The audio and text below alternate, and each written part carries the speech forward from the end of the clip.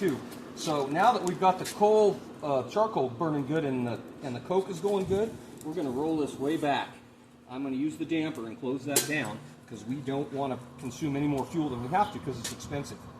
So, well, why aren't you using coal, NJ? Well, I have to ship in my fuel for this forge. The fuel that I'm using comes from Georgia, and at last time I bought it, it was $1,000 a ton.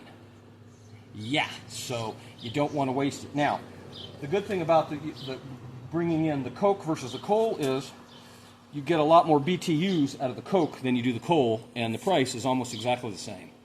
Also, with the coal, you got to be careful what kind of coal you get. Bituminous coal doesn't work very good in a forge because it doesn't get hot enough to get up to forge temperature. You have to use anthracitic coal, which only comes in a few places in the United States. Unfortunately, it doesn't come from Wyoming. So I have to get my coal from back east, just like I do the coke. So for me, shipping it in, it's way... This is number 3 of these. So we're Aiden's first day learning about coal forges. So we busted out the coal forge. We're using coke and charcoal. You get a little different kind of a heat.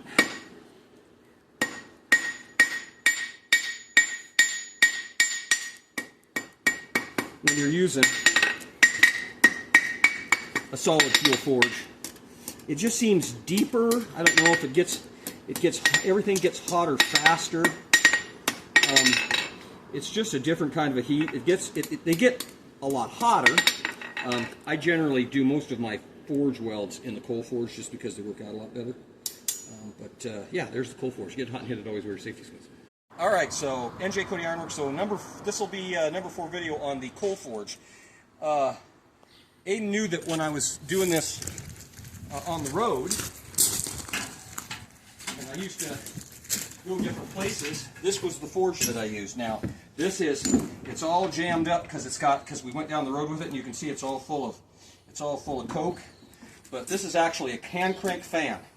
So instead of plugging it in, you've got a hand crank one here. I can't crank it because I'm gonna have to take it off and clean it out because it's got all the ash and everything in it, but because I haven't used it in a year. But this is a farrier style forge or a rivet style forge with a hand cranked blower on it. Get it hot and hit it, always wear your safety suits. So these are the clinkers that come out of the coal forge, coke forge.